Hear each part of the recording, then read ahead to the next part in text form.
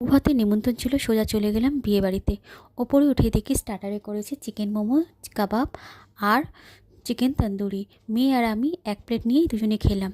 তার 1-1.5 ঘন্টা পরেই চলে গেলাম মেন কোর্স। আমি নিলাম 2 রকমের সালাড, রায়তা, বাটার নান আর কিমা ছোলে, তার সাথে একটা ফিশ ফ্রাই।